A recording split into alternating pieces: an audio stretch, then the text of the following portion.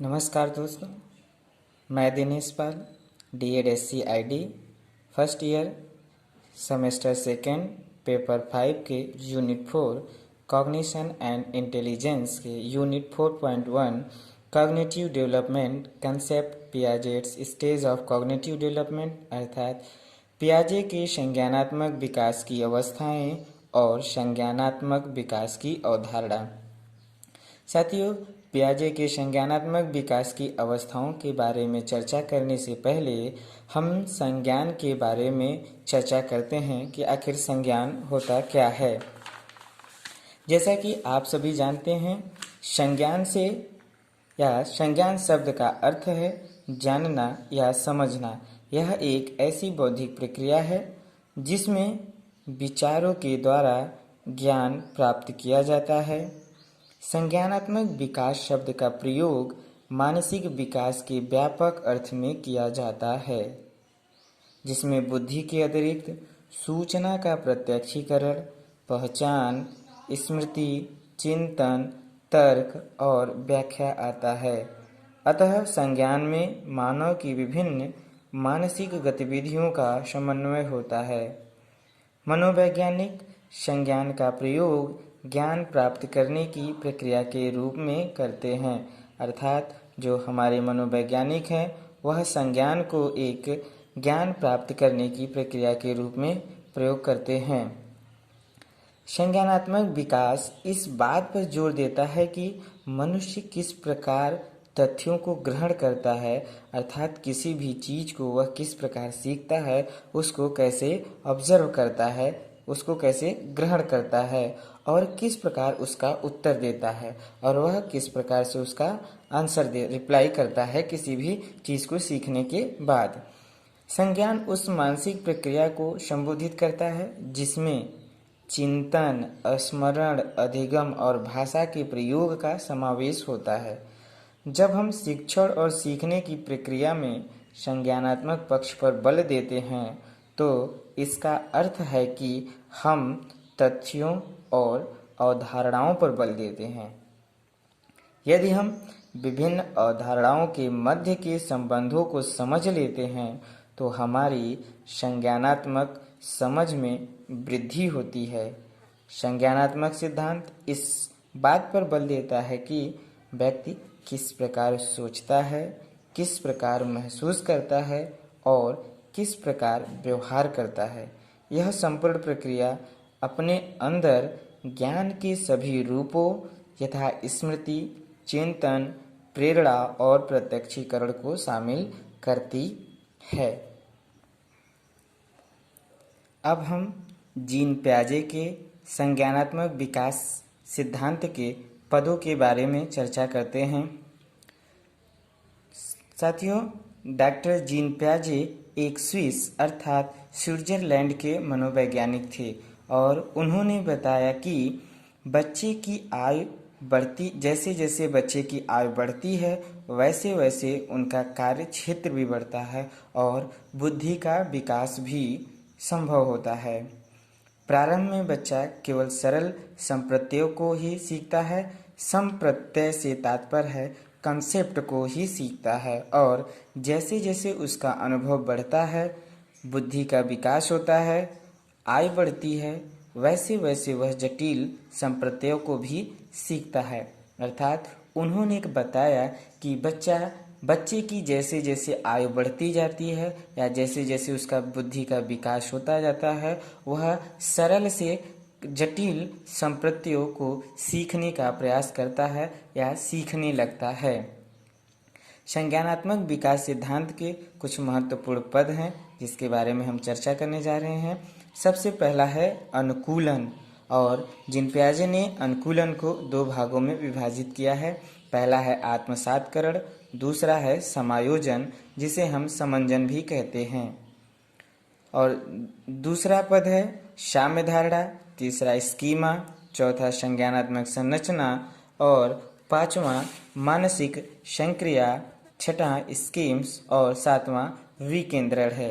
अर्थात जीन पियाजे ने संज्ञानात्मक विकास सिद्धांत के पदों को 7 भागों में विभाजित किया है। तो हम सबसे पहले अनुकूलन को देखते हैं।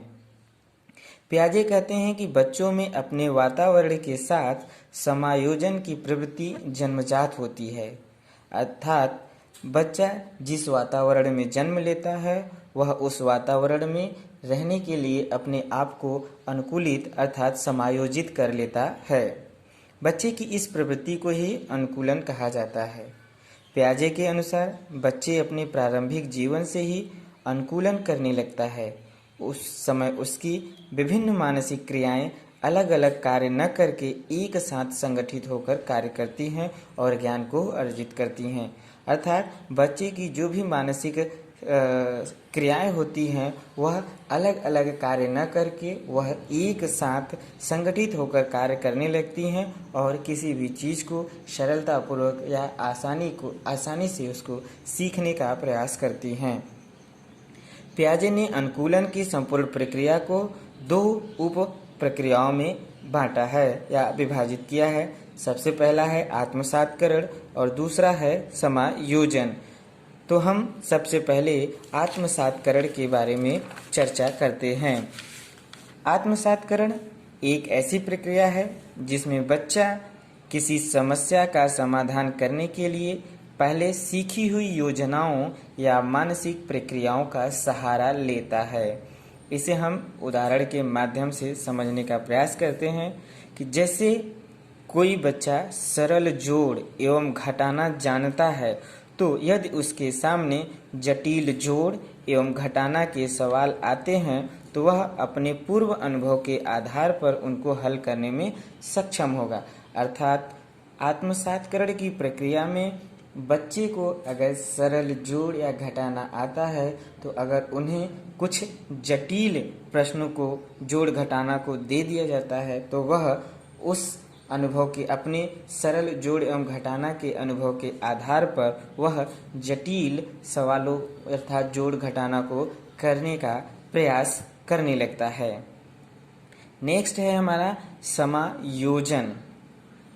समायोजन जीन पियाजे ने बताया कि जब बच्चे के सामने नई विशेष प्रकार की समस्या आती है जिससे वह परिचित नहीं होता है, अर्थात ऐसा ज्ञान जिससे वह अभी तक परिचित नहीं है, तो उस ज्ञान को अपने में समायोजित करता है, उसको अपने अंदर उसको ग्रहण कर लेता है, अस्थायी करने का वह प्रयास करता है। इसे हम उदाहरण के माध्यम से समझने का प्रयास करते हैं कि समायोजन क्या है। जैसे अगर कोई बच्चा सरल जोड़ एवं घटाना जानता है और यदि उसके सामने गुणा या भाग के सवाल आ जाते हैं जिसको वह नहीं जानता है कि जिसके बारे में उसने कभी सुना ही नहीं है कि ये जो गुणा भाग होता क्या है, इसको कैसे हल किया जाता है, तो वह क्या करता है कि वह अपने पूर्व अनुभव के आधार पर उसको हल करने की कोशिश करता है पर उसे हल नहीं कर पाता है, तो वह उसे अपने अंदर समायोजित कर लेता है।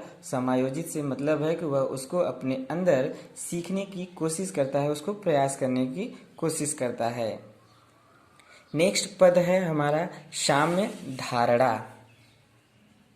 यह एक ऐसी प्रक्रिया है जिसके द्वारा बच्चा आत्मसात्करण तथा समायोजन की प्रक्रियाओं के बीच एक संतुलन कायम करता है।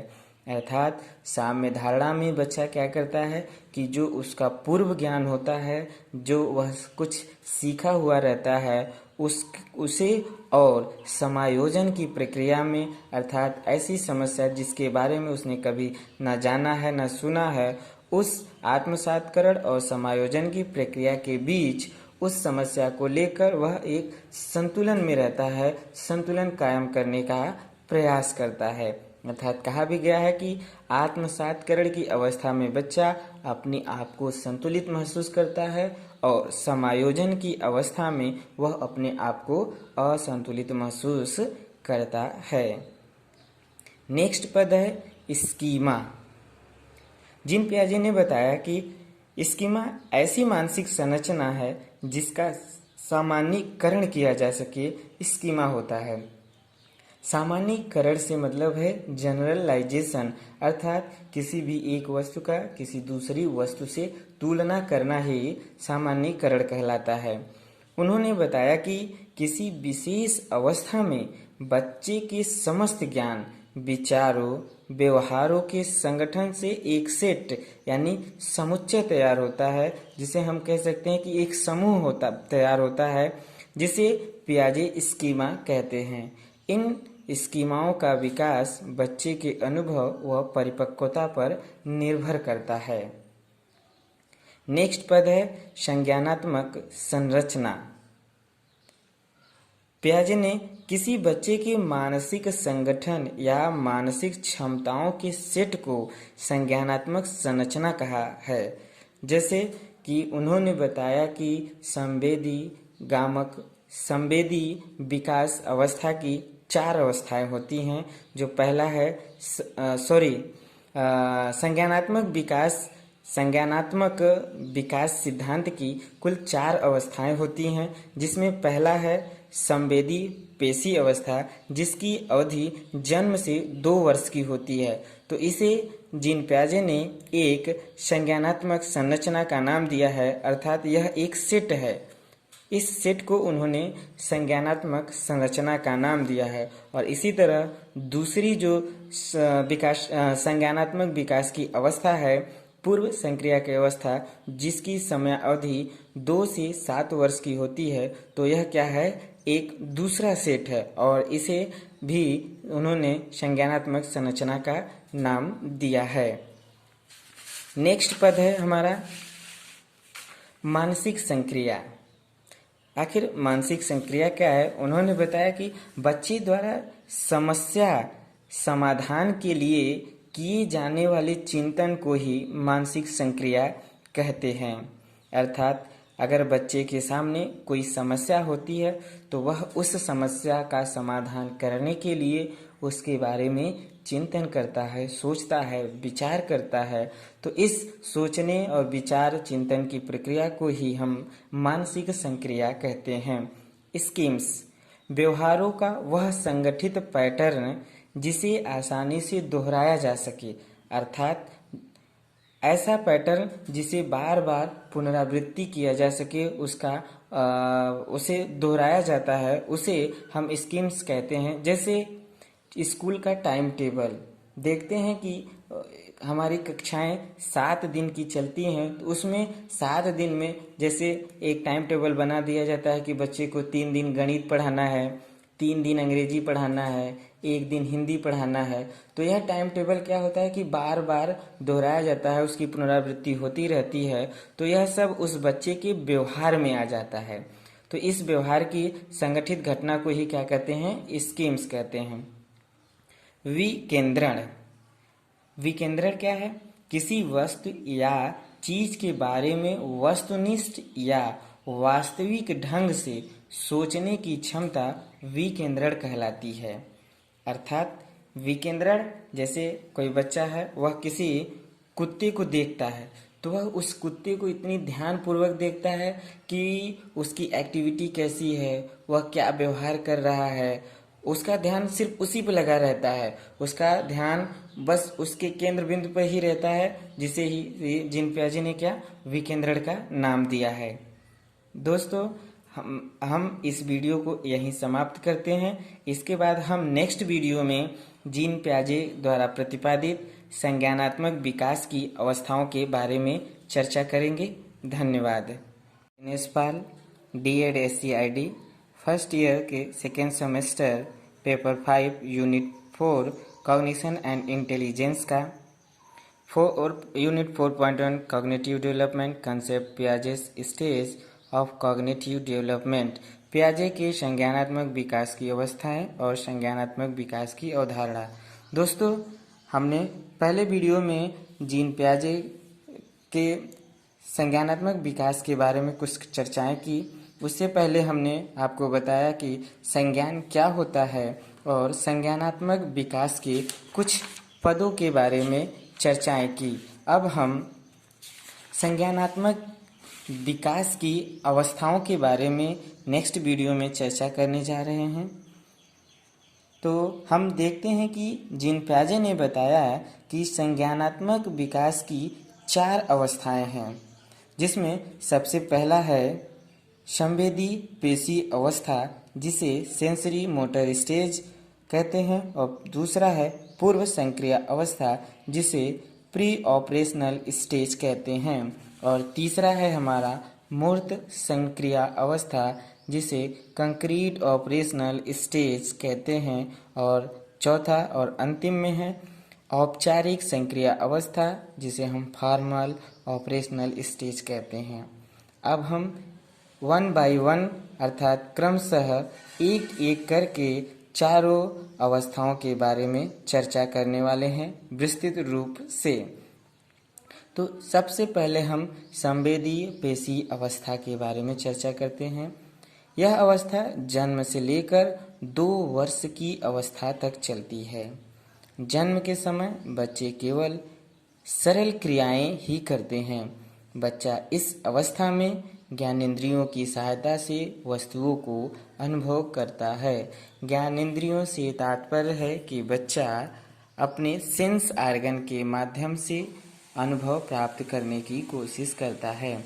पियाजे ने संवेदी पेशी अवस्था को 6 उप अवस्थाओं में विभाजित किया है, जिसमें सबसे पहला है सहज क्रियाओं की अवस्था, दूसरा है प्रमुख वृत्तीय अनुक्रियाओं की अवस्था, तीसरा है गौण वृत्तीय अनुक्रियाओं की अवस्था, चौथा है गौण स्कीमेटा के समन्वय की अवस्था, और पांचवा है तृतीय वृत्तीय अनुक्रियाओं की अवस्था, और छठा है मानसिक संयोग द्वारा नए साधनों की खोज की अवस्था। दोस्तों, अब हम एक एक करके इन सभी उप अवस्थाओं को विस्तृत रूप से जानने की कोशिश करते हैं। तो सबसे पहले हम सहज क्रियाओं की अवस्था या प्रतिवर्त क्रियाओं की अवस्था के बारे में चर्चा करते हैं। प्रतिवर्त क्रियाओं से तात्पर्य है रिफ्लेक्स एक्टिविटीज।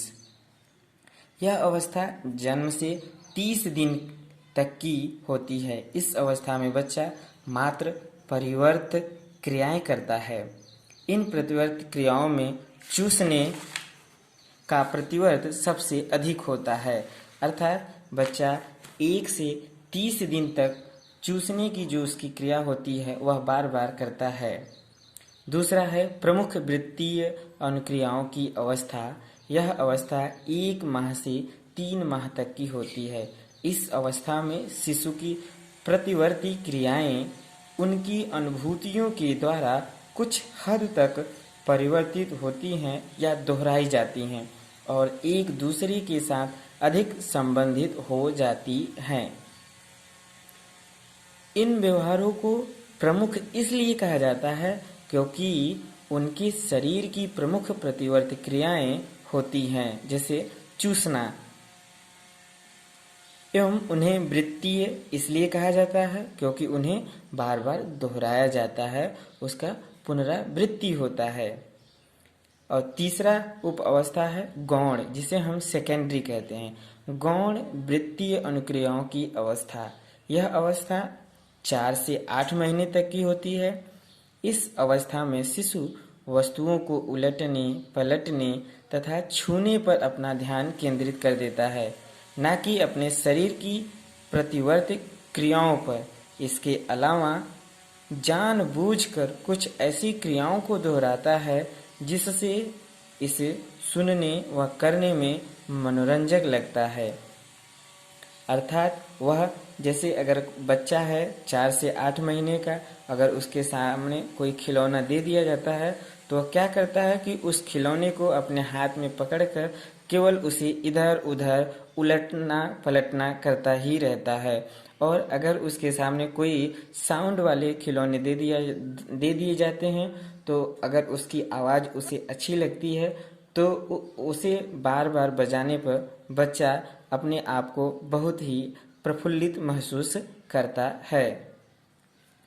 नेक्स्ट उप अवस्था है गौण स्कीमेटा के समन्वय की अवस्था।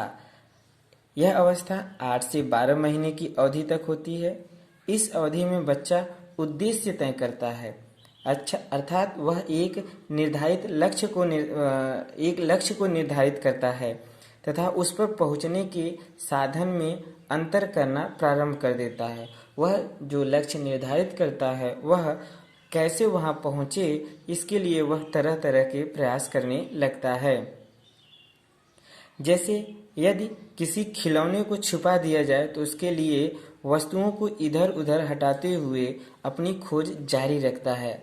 जैसे अगर किसी बच्चे को एक चटाई के कॉर्नर पर किसी खिलौने को रोक दिया जाए और दूसरे कॉर्नर पर बच्चे को, तो बच्चा उस खिलौने को प्राप्त करने के लिए क्या करता है कि वह चटाई को ही अपनी तरफ खींचने की कोशिश करता है और वह खींचकर उस खिलौने को प्राप्त करना चाहता है। और पांचवा है तृतीय वृत्तीय अनुक्रियाओं की अवस्था। यह अवधि 12 से 18 महीने की होती है। इस अवस्था में बच्चा वस्तुओं के गुणों को प्रयास एवं त्रुटि से सीखने की कोशिश करता है। इस अवस्था में वस्तुओं को ऊपर से नीचे गिराकर अध्ययन करने की प्रवृत्ति अधिक होती है। अर्थात 12 से 18 महीने की अवस्था में अगर बच्चे को किसी खिलौने को दे दिया जाता है तो वह बच्चा क्या करता है कि उसके साथ खेलते खेलते वह उसे तोड़ देता है और तोड़कर क्या करता है कि वह उसे जोड़ने का प्रयास करता है, उसे पुनः बनाना चाहता है। तो इसे क्या कहते हैं कि वह प्रयास एवं त्रुटि विधि से सीखने की कोशिश करता है। नेक्स्ट है मानसिक संयोग द्वारा नए साधनों की खोज की अवस्था। यह अवधि 18 से 24 महीने तक होती है। इस अवधि में बालक उन वस्तुओं के प्रति भी अनुक्रिया करना प्रारंभ कर देते हैं जो चीजें दृष्टिगोचर नहीं होती हैं। दृष्टिगोचर से तात्पर्य है कि जो चीजें दिखाई नहीं देती हैं उसके बारे में भी वह सोचने लगता है या अनुक्रियाएं करने लगता है। इस गुण को वस्तु स्थायित्व कहा जाता है। जीन पियाजे के 4 अवस्थाओं में दूसरी अवस्था है पूर्व संक्रिया अवस्था। यह अवस्था प्रारंभिक बाल्यावस्था की 2 से 7 वर्ष तक की अवस्था होती है। इसको पियाजे ने 2 भागों में बांटा है। पहला है प्राक संप्रत्यात्मक अवस्था और दूसरा है अंतर्दर्शी अवस्था। प्राक संप्रत्यात्मक अवस्था क्या है इसको देखते हैं। प्राक संप्रत्यात्मक अवस्था की अवधि 2 से 4 वर्ष की होती है। इस अवस्था में बालक सूचक को विकसित कर लेते हैं। सूचक का अर्थ है वस्तु, शब्द, प्रतिमा तथा चिंतन जिस चीज के लिए किया जाता है। इसमें 2 प्रकार के सूचक पर अधिक प्रभाव डाला जाता है, जैसे संकेत तथा चिन्ह। सूचक से तात्पर्य है कि जैसे कि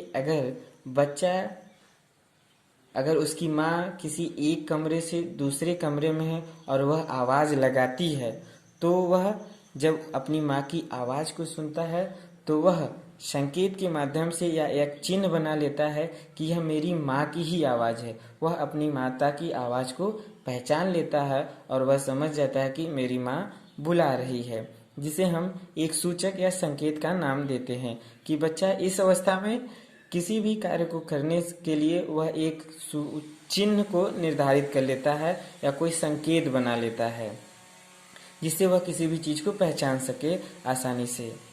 अंतर्दर्शी अवस्था, यह अवस्था 4 से 7 वर्ष की होती है। सभी बच्चों का चिंतन एवं तर्क पहले से अधिक परिपक्व हो जाते हैं, जिसके परिणाम स्वरूप वह साधारण मानसिक प्रक्रिया है जो जोड़, घटाना, गुणा, भाग आदि सम्मिलित होती है, परंतु इन मानसिक क्रियाओं के पीछे नियमों को समझ नहीं पाते हैं। अंतर्दृष्टि चिंतन इस प्रकार एक ऐसा चिंतन होता है जिसके पीछे कोई क्रमबद्ध तर्क नहीं होता है। अर्थात अंतर्दर्शी अवस्था में बच्चा जोड़, घटाना, गुणा, भाग इन सबको तो सीख लेता है, लेकिन इसके पीछे क्या लॉजिक है और क्या नियम है वह उसको नहीं जान सकता है। नेक्स्ट अवस्था है मूर्त संक्रिया की अवस्था। यह अवस्था 7 से 11 वर्ष की होती है या 7 से 12 वर्ष भी कहीं कहीं देखने को मिलता है। इस अवस्था में बच्चा विद्यालय जाना प्रारंभ कर देता है एवं वस्तुओं एवं घटनाओं के बीच समानता, भिन्नता करने की क्षमता उत्पन्न हो जाती है। इस अवस्था में बच्चों में संख्या बोध, वर्गीकरण, क्रमानुसार व्यवस्था, किसी भी वस्तु व्यक्ति के मध्य पारस्परिक संबंध का ज्ञान हो जाता है। वह तर्क कर सकता है। संक्षेप में वह अपने चारों ओर के पर्यावरण के साथ अनुकूलन करने के लिए अनेक नियम को सीख लेता है। अर्थात मूर्त संक्रिया की अवस्था में बच्चे में वर्गीकरण की अवस्था, पारस्परिक संबंध की अवस्था और संरक्षण की भी अवस्था विकसित हो जाती है। अर्थात इस अवस्था में बच्चे को अगर ढेर सारे सामान को मिक्स करके दे दिया जाए और उसे वर्गीकरण अर्थात अलग अलग करने के लिए कहा जाए तो वह सरलता से या आसानी से उसको अलग अलग कर सकता है। और पारस्परिक संबंध या हम संबंध, जैसे इस अवस्था में बच्चे को अपनी माता और अपने बीच में क्या संबंध है इसका भी ज्ञान हो जाता है कि मेरी माता और मेरे बीच पुत्र का संबंध है। और संरक्षण की अवस्था अर्थात संरक्षण से तात्पर्य है कि अगर बच्चे को कोई वस्तु या सामान दे दिया जाता है तो वह उसे बड़ी आसानी से या सुरक्षित जगह पर रखने का वह प्रयास करता है। अर्थात उसमें संरक्षण की व्यवस्था करने की अवस्था भी विकसित हो जाती है। नेक्स्ट और अंतिम अवस्था है औपचारिक संक्रिया अवस्था या अमूर्त संक्रिय अवस्था। यह अवस्था 11 या 12 वर्ष से 15 या 16 वर्ष की अवस्था होती है।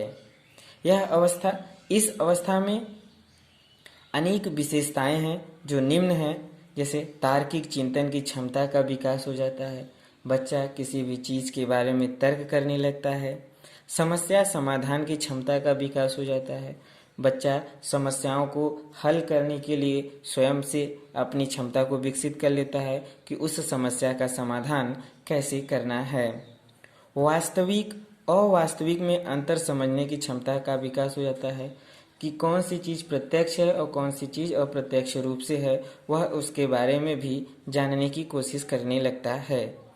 वास्तविक अनुभवों को काल्पनिक परिस्थितियों में ढालने की क्षमता का विकास, परिकल्पना विकसित करने की क्षमता का विकास, विसंगतियों के संबंध में विचार करने की क्षमता का विकास, अर्थात कठिनाइयों के संबंध में किसी दूसरे से विचार करने की क्षमता का विकास भी इस अवस्था में हो जाता है। अब हम जीन पियाजे के संज्ञानात्मक विकास के सिद्धांत की शिक्षा में क्या उपयोगिता है उसके बारे में चर्चा करते हैं। तो इसमें सबसे पहले है पियाजे ने अपने सिद्धांत का प्रयोग शिक्षा के क्षेत्र में करते हुए अनुकरण व खेल की क्रिया को महत्व दिया है। शिक्षकों को अनुकरण व खेल विधि में शिक्षण कार्य करना चाहिए। अर्थात पियाजे ने कहा कि बच्चे को कोई भी चीज़ सिखाने के लिए या पढ़ाने के लिए उसे एक दूसरे की नकल करना या खेल के माध्यम से सिखाने का प्रयास करना चाहिए। दूसरा है पियाजे कहते हैं कि जो बच्चे सीखने में धीमे होते हैं उन्हें दंड नहीं देना चाहिए। अर्थात जिन बच्चों का संज्ञानात्मक विकास अगर डिले है या वह किसी भी कार्य को आसानी से या जल्दी नहीं सीख पाते हैं तो उन्हें किसी भी प्रकार का दंड नहीं देना चाहिए। पियाजे के सिद्धांत के अनुसार अभिप्रेरणा और बच्चे दोनों ही अधिगम व विकास के लिए आवश्यक हैं। इन दोनों को शिक्षा में प्रयोग करना उचित होगा। बच्चों को अपने आप करके सीखने का अवसर हमें प्रदान करना चाहिए। अर्थात माता पिता, अभिभावक या शिक्षक को कोई भी कार्य बच्चे को सिखाने से पहले उसे स्वयं करके सीखने का अवसर देना चाहिए कि बच्चा वह स्वयं से कर सके। पांचवा है शिक्षकों व अन्य व्यक्तियों को बच्चों की बुद्धि का मापन उसकी व्यवहारिक क्रियाओं के योग के आधार पर करना चाहिए। बच्चा स्वयं और पर्यावरण से अंतःक्रिया द्वारा सीखता है। अतः हमें अर्थात शिक्षकों माता पिता को बच्चे के लिए प्रेरणादायक माहौल का निर्माण करना चाहिए। अर्थात बच्चे को यदि बच्चा कुछ सीखता है तो हमें ऐसे वातावरण का निर्माण करना चाहिए जिससे वह प्रेरित हो। नेक्स्ट है हमारा, इस सिद्धांत के आधार पर शिक्षक व अभिभावक बच्चों की तर्क शक्ति व विचार शक्ति को पहचान सकते हैं। अब हम जीन पियाजे के संज्ञानात्मक विकास सिद्धांत से कुछ महत्वपूर्ण प्रश्न को पूछते हैं, जिसका आप लोगों को उत्तर मैसेज या लिखकर उसका फोटोकॉपी खींचकर व्हाट्सएप के माध्यम से सेंड करना है। और यदि आपको जो चीज़ें समझ में नहीं आती हैं तो आप हमें मैसेज के द्वारा भी उसके प्रश्नों को पूछकर आप उसके उत्तर को जानने का प्रयास कर सकते हैं। तो हमारा पहला प्रश्न है, जीन पियाजे के संज्ञानात्मक विकास सिद्धांत पर संक्षेप में टिप्पणी लिखिए। दूसरा है, पूर्व संक्रिया अवस्था को विस्तार पूर्वक समझाइए। और तीसरा है, जीन पियाजे के अनुसार बच्चे किस अवस्था में संरक्षण, संबंध बनाना और वर्गीकरण करना सीख जाते हैं। धन्यवाद।